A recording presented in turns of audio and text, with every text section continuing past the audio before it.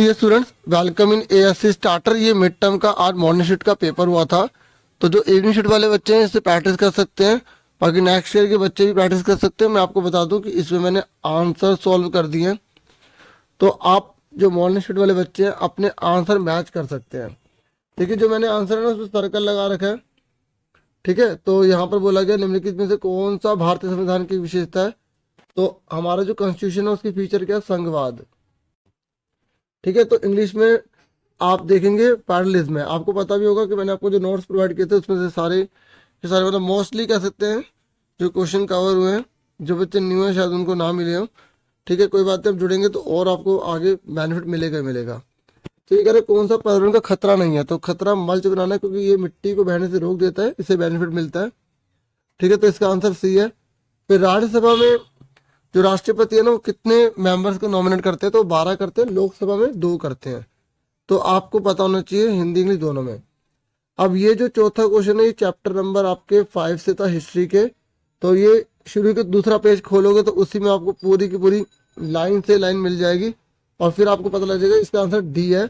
और जिन्होंने चैप्टर को डीपली पढ़ा है तो वो अच्छे से कर लेंगे। मैं यही एडवाइस करता हूँ बच्चों को कि चैप्टर अच्छे से पढ़ो एनसीईआरटी के।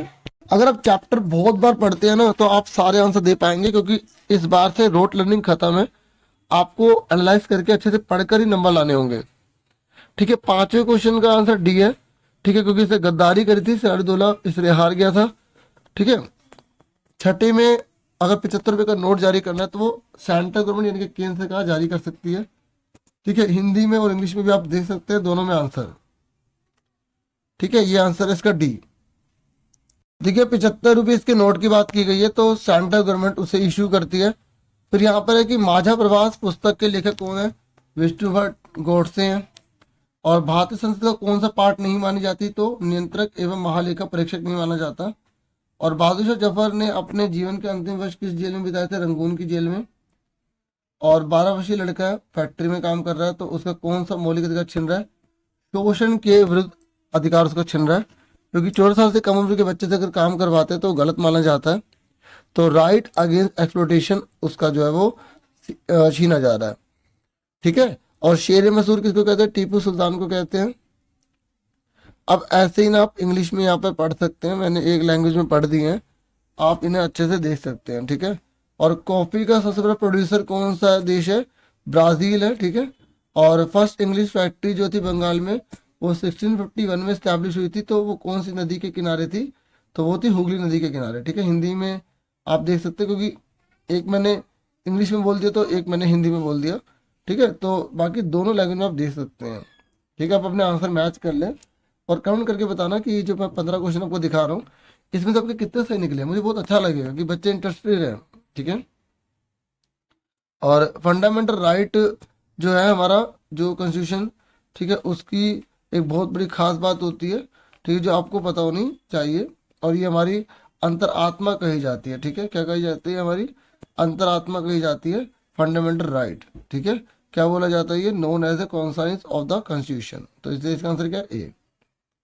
फिर ये कह रहा है कि शेर मैसूर किसको कहा जाता है, टीपू सुल्तान को कहा जाता है, ठीक है। उसके बाद ये जो क्वेश्चन है ना 15वां, पता है ये कैसे करते हैं, इसमें ना हमें पहले देखना पड़ता है कि दोनों ट्रू है, ठीक है। अगर दोनों ट्रू होते तो देखना पड़ता है कि क्या नीचे वाला ऊपर वाले का रीजन है, ठीक है। तो भारत एक लोकतांत्रिक देश है, ठीक है, भारत का अपना संविधान है, ठीक है। संविधान है इसलिए तो लोकतांत्रिक, क्योंकि संविधान के अंदर ही ये सारा का सारा प्रोविजन होता है कि वो देश कैसे होगा, उसमें रूल रेगुलेशन कैसे होंगे, तो इसलिए इसका आंसर क्या ए है इसका, ठीक है, ठीक है। तो आप ये देख सकते हैं अच्छे से, ओके डियर। तो अब बाकी ना पेपर आप देख लो, बाकी के आंसर मैं आपको ऑफिशियल आंसर की से प्रोवाइड करूंगा। हाँ ये मैं बता देता हूँ कि इसमें क्या होता है, देखो मेजोरिटी तभी चाहिए होगी जब आधे से ज़्यादा एक सीट मिलेगी। तो यहाँ 70 है, तो 70 में आप एक जोड़ दो, और पहले 70 का आधा करो, 70 का आधा करो कितना हो गया 35, 35 में एक जोड़ दो 36। तो जिसके बाद 36 सीट होंगी ना वही अपनी सरकार बना पाएगा। तो बहुमत के लिए कितने सांसद चाहिए, तो व्यापार पार्टी को कितने चाहिए, 3 चाहिए, कितने चाहिए 3। और सरकार बनाने की किसी एक संभावना को बताओ, सरकार कैसे बना सकता है, अगर व्यापार पार्टी संग्राम पार्टी से मिल जाए या विकास संघ, ठीक है, ये संग्राम पार्टी से मिल जाए तो इस तरीके से जो है सरकार बन सकती है। तो ये कौन सी बनेगी, कोलिशन गवर्नमेंट बनेगी, यानी कि गठबंधन की सरकार बनेगी।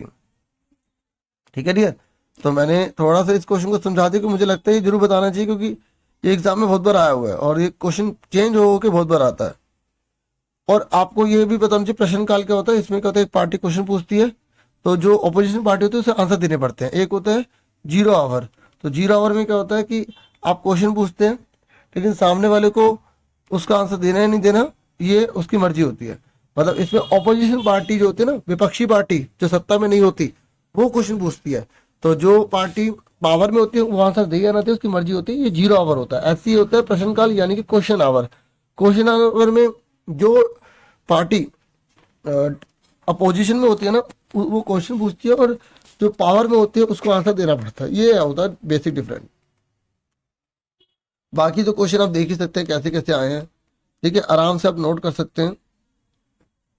ठीक है, तो डियर वीडियो को लाइक प्लीज कर देना, चैनल को सब्सक्राइब अगर अभी तक आपने नहीं किया तो पता नहीं क्यों नहीं किया, प्लीज कर देना। ठीक है, तो ये केस स्टडी है, आप ये भी देख सकते हैं। केस स्टडी बहुत इजी है, आपको उसे पढ़ के अपने आंसर देने हैं। तो अभी फिलहाल के लिए वीडियो में मैं अब ये थोड़ा सा है, अभी आराम से देख लो। ठीक है, बाकी आपके लिए संस्कृत की वीडियो हो या किसी भी सब्जेक्ट की हो तो आपको टाइमली प्रोवाइड करूँगा। ठीक है, तो ये आप देख सकते हैं 12वां क्वेश्चन है, 13वां क्वेश्चन है। फिर ये मैप ना चैप्टर नंबर 5 हिस्ट्री की जो बुक है उसमें से ही आएगा सेम, तो आप उसको अच्छे से पढ़ लेना। ठीक है, और थोड़ा जूम करके और देख लेना अगर किसी चीज़ में दिक्कत आ रही हो। ठीक है, तो इतना ही था इस वीडियो में। Thank you for watching and listening carefully. Take care all dear students.